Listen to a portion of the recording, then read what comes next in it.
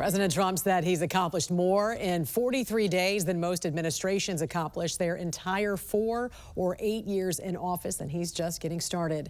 His address to the joint session of Congress was the longest in modern presidential history, lasting roughly an hour and 40 minutes. And our Washington insider, Armstrong Williams, was there. Good morning to you, sir. What were some of your biggest takeaways since you were there in person, and what were some of the things going on we might not have seen on camera? Well, you had an inkling that someone from the Democratic side was going to be very disruptive. I think that the president and his staff were prepared for it. You can tell how they immediately addressed it in his speech. You had to be impressed with the stories, whether it was the person's husband who was killed in Butler, the father, the stories about someone who always wanted to be an agent. And the president spoke about the farmers, and he spoke about the fact that what he's doing is bold, but just give him a chance because he believes it's going to work out. And obviously from the polls, many Americans are willing to give him a chance. And you cannot argue, Jan, when you look at the mass immigration that we had a year ago to date, from 11,000 a month to less than 50 a month, you just cannot argue with those results. Yeah, and there is still a firestorm of criticism online for some Democratic lawmakers from Americans who just are upset with the response and their lack of compassion for some of the honored guests that did go last night. Congressman Al Green, as you mentioned, he was so combative and contentious, he had to be escorted for those disruptions. The New York Times, though, says this: Democrats, even as they expressed their dissent, showed they were still struggling to coalesce around a unified message of opposition to Mr. Trump. Armstrong, you've talked about this and the turmoil within the Democratic Party. What were your thoughts regarding this last night, and what is the future for the Democratic Party? You know, it was really sickening on the stomach to watch.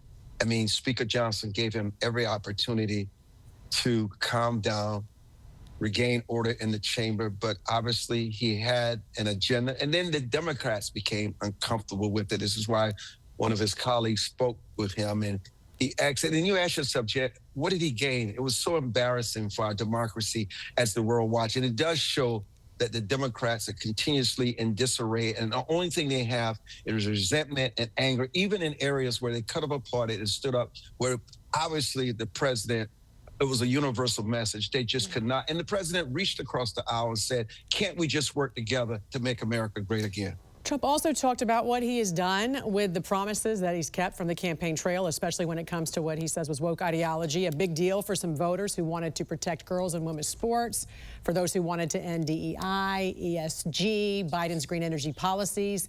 Do you think, Armstrong, we are going to see a permanent reversal of some of those Biden-era policies now that more Americans are speaking out in agreement with Trump's agenda on those issues?